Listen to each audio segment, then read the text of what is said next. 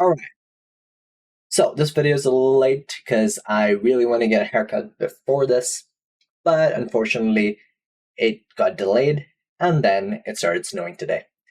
But that's alright, so plans cancelled. I want to still make this one because this chapter was insane. So let's start with Emu attacking Zebek.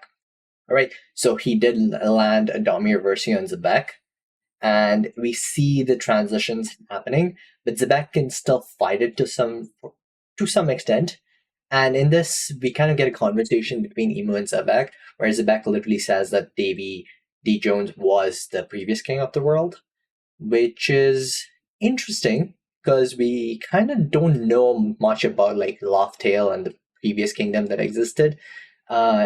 To which actually Emu says that he's never been king, so maybe there was like a more freedom oriented government. I don't know what the situation was, but this was like a small snippet of information that we got for um the end game that could be really interesting. And the way Emu reacted to like what David Zebek said, it makes me feel like he was sort of like a leader, but maybe not exactly a king, which kind of gives me an interesting idea about like how the things were before Emu's reign.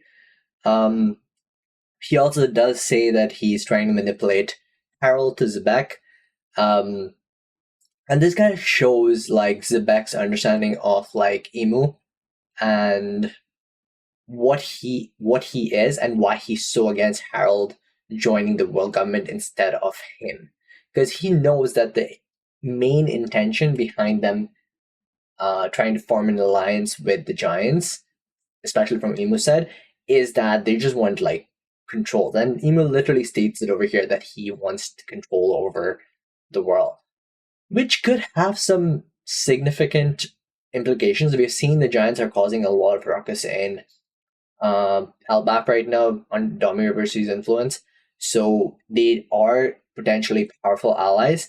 But I don't know to what level that could be the case, because in the case of like, let's say,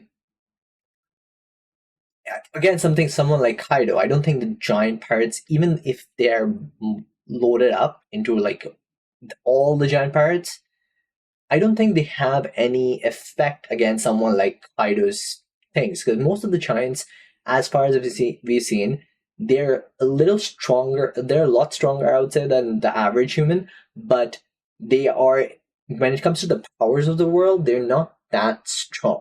Like we saw Hyruddin get knocked out by Luffy, a Gear 2 Luffy, admittedly post time skip, but a Gear 2 Luffy. I don't think any of the giants stand a chance. I don't think 100 giants stand a chance against Kaido. Against someone like Whitebeard, I would say 200 or 300 as well. Like, so I don't know what tactical advantage um, Emu has with the giants under him. Admittedly, they are pretty strong and they can do it, but given the powers of the world, they can't. They're not that much of a significance.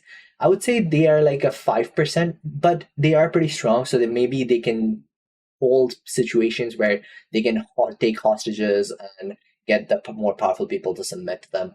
So that is another thing that we can. That could be what they're going for. Basically, just an army to basically pacify the masses. But yeah, that's one. So after this, we kind of see that Emu basically completes the Domiverse on Zebek, which is kind of sad to see because I really wanted to see if Zebek could fight it. It seems that there might be some way to fight it, but Zebek didn't have like enough ability to fight it, because this was later stated by Eris as well. Because he did resist it for a while, but he eventually succumbs to it and starts attacking the rest of the people. Now, this is where I think one thing that caught my eye was last time I literally said Big Mom just felt like she was diving into the fight just cause Kaido stole the fruit. But over here, Big Mom says something that's akin to like she considered Zebek her ally, which I was really not expecting from Big Mom, especially given my theories regarding Big Mom. For that, you can go and check out the Big Mom video. I'll put a description of it up here and in the description down below. But because of that, I think like there's a sense of camaraderie that in Big Mom over here that I really didn't expect from her.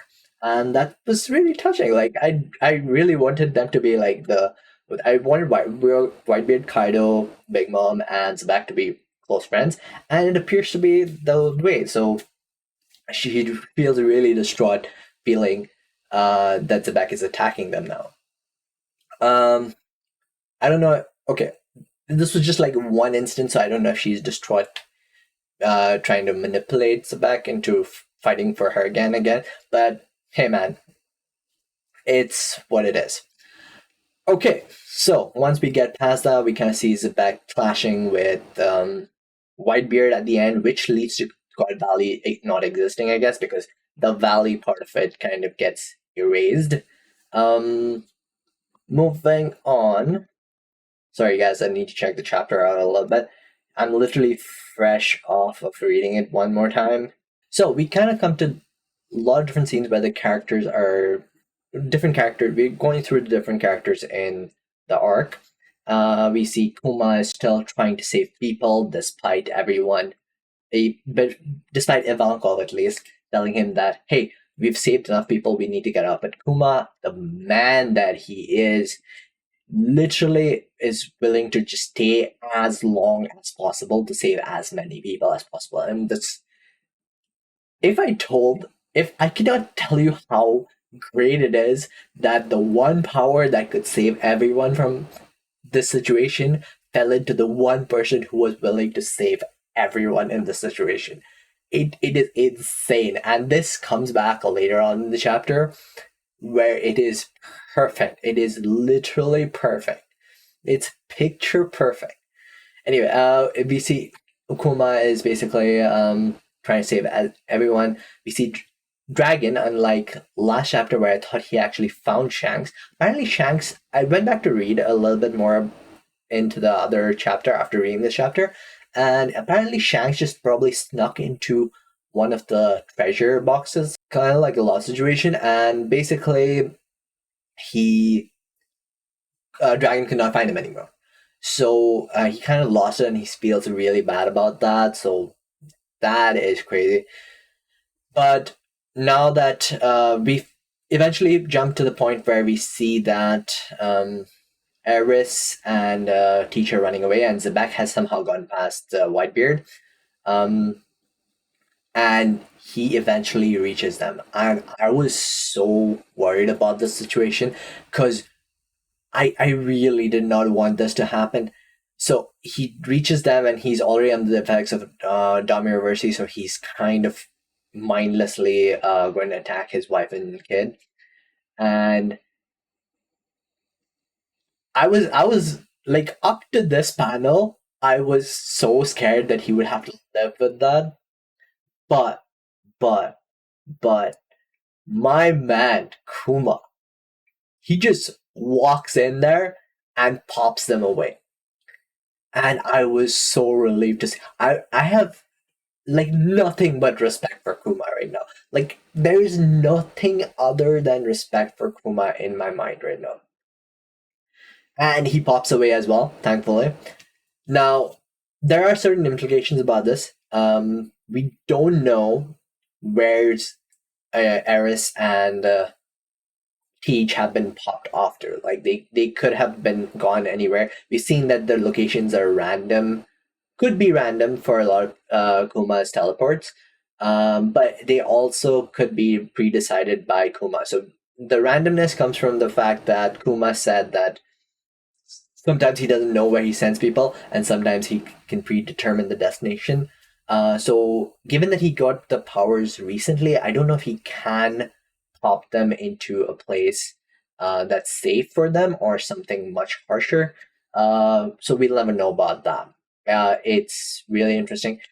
But before Kugama does this, the thing that hints to me that the Domiroverse curse can be broken is that Eris, when Zebek shows up to basically kill them in the Domiroverse state, Eris literally said that I'm sorry that you had to face him before you were ready to face him. So it shows me that there's a way to be able to be ready for the Domiroverse to be broken, like for the Domiroverse to not have effect. And it also paints an interesting picture of Emu. The fact that the way he's been winning wars, and the main power that is to fear from Emu is the Domiroverse. Because if you come down to think of it, One Piece is a world with wild abilities, but very few of them are like mind control abilities. Like if you can consider maybe Boa's ability to be a sort of mind control, but it's not even a mind control there. Like the Mermaid meme just turns people who like you into statues. The liking is still voluntary. Domiroverse, as far as I know, and maybe even like Doflamingos. Doflamingos is also kind of like a mind control, but it isn't. You still have full free will. It's just that your body is being controlled by strings. Domiroverse is the first one that changes your mental state to something else. So the reason it causes me doubt on Emu's power is because of um, how dominating a mind control ability can be.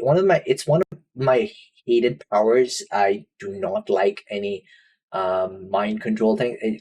I don't like the ability of like removing free agency from someone, and therefore I kind of don't like mind control abilities in general. So yeah, but the reason it causes doubt on Emu's ability is because he has the one power that just turns your enemies into your friends, basically. So it is hard for me to see a situation where Emu could not win because he just has Domiroverse. Like even in the case of the Giants right now, there's he can just turn the Giant. He basically resorts to hostages. He resorts to just mind controlling people that are against him. Like this kind of cowardly behavior shows me that like Emu is not really all that powerful. He is powerful through control. That's basically it. That's what I think.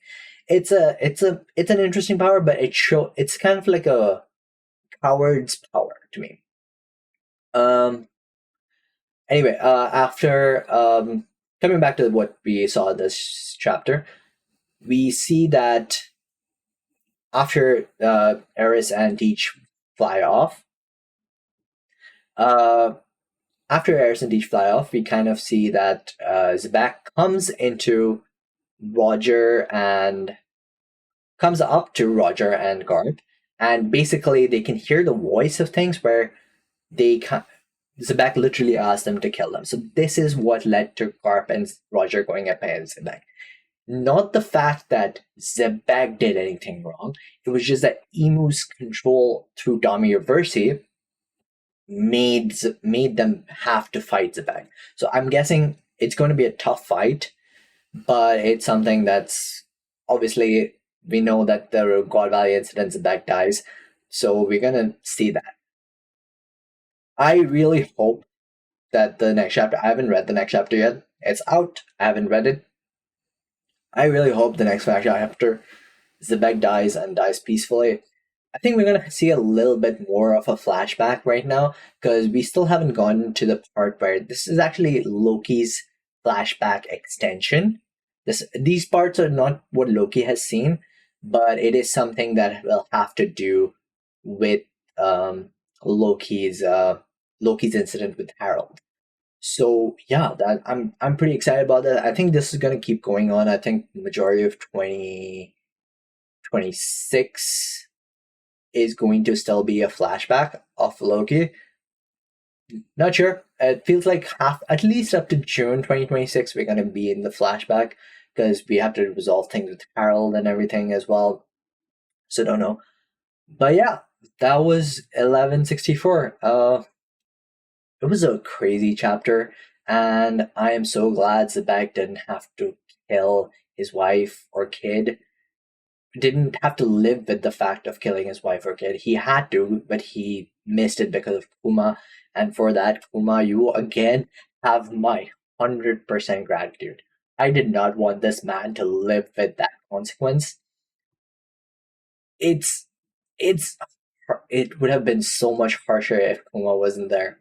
Well, that's about it from you guys. If you guys liked the video, consider leaving a like down below and subscribing to the channel. I've been Korigami, and I'll see you guys in the next one.